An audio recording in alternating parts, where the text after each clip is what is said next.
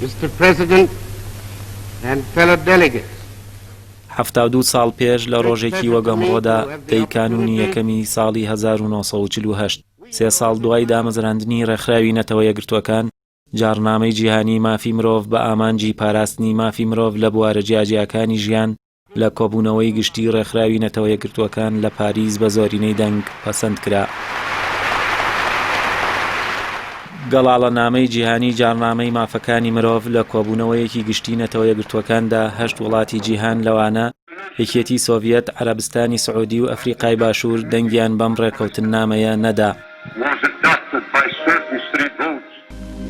عێراقێکێک بوو لە وڵاتانەی کە دەنگی ئەرێنی بۆ ڕێکەوتنە فەرمیەدا، بەڵام خاڵەکانی ئەو جارنامە نێودەوڵەتیە لەلایەن وڵاتی عێراقەوە چ لە سەردەمی پاشایەتی و چ لە سەردەمی کۆماریشدا هیچ کات جێبەجێ نەکرا و دەسەڵاتداران بەردەوام مافی مرۆڤیان پێشێل کردووە و دەیان مەینەتی و کارەساتیان بەسەر گەلی کورد و گەلانی تری عێراقدا هێنا، وەک تەعریب و پرۆسەی بەناو ئەنفال و ڕاگواستن و کیمیابارانی گەلی کورد و زەوتکردنی مافەکانی پێگاتەی شیعەی باشووری عێراق.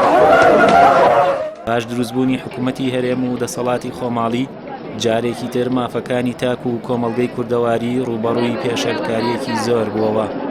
دەسەڵاتدارانی هەرێمی کوردستان هەر لە سەرەتای دەسەڵاتیانەوە دەستیان بە پێشێلکاری مافەکانی مرۆڤ کردووە و پارتەکانی فەرمانڕەوا شەڕی ناوخۆیی و براکوژیان کردە دیاری بۆ هاوڵاتیان و چەندین جار مافەکانی مرۆڤیان بە ئاشکرا پێشێل کردووە و دواتریش بە قۆڕخکردنی دەسەڵات و کلتوری بارەگا سوتاندن و گەندەڵی هەتا ئەم ساتە وەختەش بەردەوامن. بەرتەسکردنەوەی ئازادی ڕادەربڕین و کبکردنی دەنگی مامۆستایان و ڕۆژنامەنووسان و توێژەکانی دیکەی ناڕازی و شەهیدکردنی دەیان ڕۆژنامەنووس و چالاکوان و زیندانیکردنی ئەو کەسانەی کە تەنیا داوای مافی خۆیان دەکەن مشتێک لە خەرمانی پێشێلکاریەکانی مافی مرۆڤە لەلایەن دەسەڵاتدارانی هەرێمەوە. لە سێ دەی ئەزموونی حکومڕانی هەردوو پارتی دەسەڵاتداردا کبکردنی دەنگی ناڕازی و سەرکوتی خۆپیشاندەران، ئەشکەنجەی سزادراوان و بێسەر و شوێنکردنی نەیاریانیان کردووەتە کولتور و بەردەوامیان پێداوە. پێشێلکاری مافی مرۆڤ لەلایەن دەسەڵاتدارانی هەرێمەوە لە ماوەی چەند ساڵی ڕابردوودا لەلایەن کۆڕ و کۆمەڵە نێودەوڵەتیەکان و ڕێکخراوە جیهانیەکانی مافی مرۆڤ ڕەخنەی توندی لێگیراوە. تەنانەت دامەزراوەیەکی حکوومەتی هەرێم بۆ وەڵامدانەوەی ڕاستپاردە نێودەوڵەتیەکان هەیە کە کاری بووەتە ڕوونکردنەوە و ڕەتکردنەوەی لێشاوی ڕەخنە نێودەوڵەتیەکان و پەردەپۆشکردنی ئەو تاوانانەی کە مافەکانی مرۆڤ تێیدا پێشێل دەکرێت. لە نوێترین پێشێلکاری مافەکانی مرۆڤ لە کوردستان کوشتن و بریندارکردنی دەیان هاوڵاتی و گەنجی بەژمەینەتە تەنها لەسەر ئەوەی داوای مافی ژیان دەکەن.